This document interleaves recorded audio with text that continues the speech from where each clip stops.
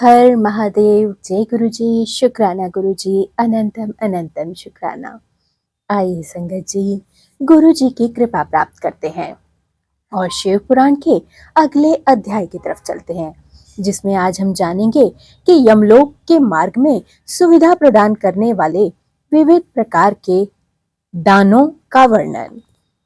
व्यास जी बोले, प्रभु, पापी मनुष्य बड़े दुख से यमलोक के मार्ग में जाते हैं। अब आप मुझे उन धर्मों का परिचय भी दे दीजिए जिनसे जीव सुख पूर्वक यम मार्ग पर यात्रा करते हैं। संत कुमार जी ने कहा कि मुने, अपना किया हुआ शुभाशुभ कर्म बिना विचारे विवश होकर भोगना ही पड़ता है। अब मैं उन धर्मों का वर्णन करता हूँ जो सुख देने वाले हैं। इस लोक में जो श्रेष्ठ कर्म करने वाले कोमल चित और दयालु पुरुष हैं, वे भयंकर यमलोक मार्ग में सुख से यात्रा करते हैं। जो श्रेष्ठ ब्राह्मणों को जूता और खड़ाऊ दान करते हैं, वह मनुष्य विशाल घोड़े पर सवार होकर बड़े ही सुख के साथ यमलोक को चले जाते हैं। छत्र दान करने से मनुष्य उस मार्ग पर उसी तरह छाता लगाकर चलते हैं जैसे यहाँ छाते वाले लोग चलते हैं। शिवी का दान करने से मनुष्य रथ के द्वारा सुख की यात्रा करता है। शैया और आसन दान करने से दाता यमलोक के मार्ग में विश्राम करते हुए सुख पूर्वक जाता है। जो बगीचे लगाते हैं और छायादार वृक्ष का आरोपण करते हैं अथवा सड़क के किनारे वृक्षारोपण भी करते हैं, वे धूप में भी बिना कष्ट उठाए यमलोक को चले जाते हैं। यहीं जो मनुष्य फुलवाड़ी लगाते हैं, वे पुष्पक विमान से यात्रा करते हैं। देव मंदिर बनाने वाले उस मार्ग के घर के भीतर क्रीड़ा करते हैं। जो यात्रियों के आश्रम का निर्माण कराते हैं और अनाथों के लिए घर बनवाते हैं, वे भी घर के भीतर क्रीड़ा करते हैं। जो देवता अग्नि, गुरु, ब्राह्मण, माता और पिता की पूजा करते हैं, वे मनुष्य स्वयं ही पूजित हो जाते हैं और अपनी इच्छा के अनुकूल मार्ग द्वारा सुख पूर्वक यात्रा पूरी करते हैं। दीप दान करने वाले मनुष्य संपूर्ण दिशाओं को प्रकाशित करते हुए जाते हैं। ग्रह दान करने वाले दाता रोग शोक से रहित हो सुख पूर्वक यात्रा करते रहते हैं और आनंद प्राप्त करते हैं। गुरुजनों की सेवा करने वाले मानव विश्राम करते हुए जाते हैं।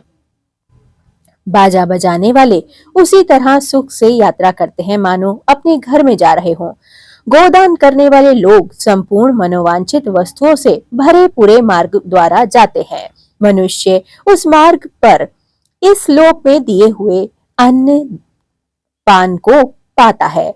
जो किसी को पैर धोने के लिए जल देता है, वह ऐसे मार्ग से जाता है जहाँ जल की सुविधा होती है। जो आदरणीय पुरुषों के पैरों में उपटन लगाता है, वह घोड़े की पीठ पर बैठकर यात्रा करता है।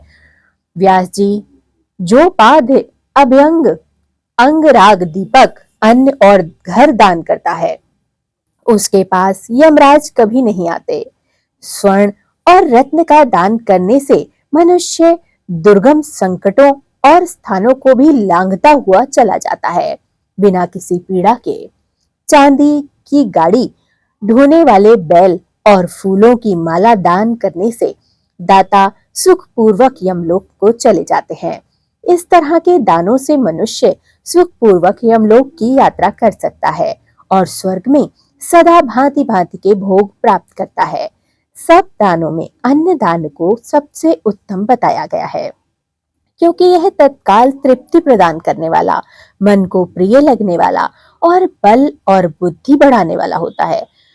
मुनि श्रेष्ठ, अन्न दान के समान दूसरा कोई भी दान नहीं है, क्योंकि अन्न से ही प्राणी उत्पन्न होते हैं और अन्न के अभाव में मर जाते हैं। अतएव अन्न दान से महान पुण्य कोई नहीं बताया गया, क्योंकि अन्न के बिना भूख से भी आग से तप्त हुए समस्त प्राणी मर जाते हैं। अतः अन्न की ही सब लोग प्रशंसा करते हैं, क्योंकि अन्न में ही सब कुछ प्रतिष्ठित होता है। अन्न के समान दान ना तो कोई हुआ ना ही कोई होगा। हे मुने, यह संपूर्ण जगत अन्न से ही धारण किया जाता है। लोक में अन्न को बलकारक बताया गया है, क्योंकि अन्न में ही प्राण प्रतिष्ठित है। प्राप्त हुए अन्न की कभी निंदा ना करें और ना ही किसी तरह से उसे फेंके। कुत्ते और चांडाल के लिए भी किया हुआ अन्नदान कभी नष्ट नहीं जाता। जो मनुष्य थके मांदे अपरिचित पथिक को अन्न देता है, उसकी भूख मिटाता है और देते समय कष्ट का अनुभव भी नहीं करता, वह समृद्धि का भागी होता है। महामुने, जो देवताओं, पितरों, ब्राह्मणों और अतिथियों को अन्न से तृप्त करता है, उसे महान पुण्य फल की प्राप्ति होती है। अन्न और जल का दान शूद्र और ब्राह्मणों के लिए समान रूप से महत्व रखता है। अन्न की इच्छा रखने वाले पुरुष से उसका गोत्र, शाखा, स्वाध्याय और देश भी नहीं पूछना चाहिए। अन्न साक्षात ब्रह्मा है, अन्न साक्षात विष्णु और शिव है, इसलिए अन्न के समान दान ना हुआ है और ना ही होगा। जो पहले बड़ा भारी पाप करके भी पीछे अन्न का दान करने वाला हो जाता है, वह सब पापों से मुक्त होकर स्वर्ग लोक में चला जाता है। अन्न, जल, घोड़ा, गौ, वस्त्र, शैया, छत्र और आसन, इन 8 वस्तुओं के दान से यमलोक के लिए उत्तम माने गए हैं। इस प्रकार दान विशेष से मनुष्य विमान पर बैठकर धर्मराज के नगर को चला जाता है। इसलिए सबको दान पुण्य जरूर करना चाहिए। महामुने, जो इस प्रसंग को सुनता है अथवा श्राद्ध में ब्राह्मणों को सुनाता है और जिस जिस घर में ये पाठ सुना या पढ़ा जाता है, उसके पितरों को अक्षय अन्नदान प्राप्त होता है। जय गुरु जी। शुक्राना गुरु जी, अनंतम अनंतम शुक्राना। हे प्रभु, मैं तो हमेशा आपसे यही अरदास करती थी कि सर्वदा भला, समस्त पितरों का कल्याण हो।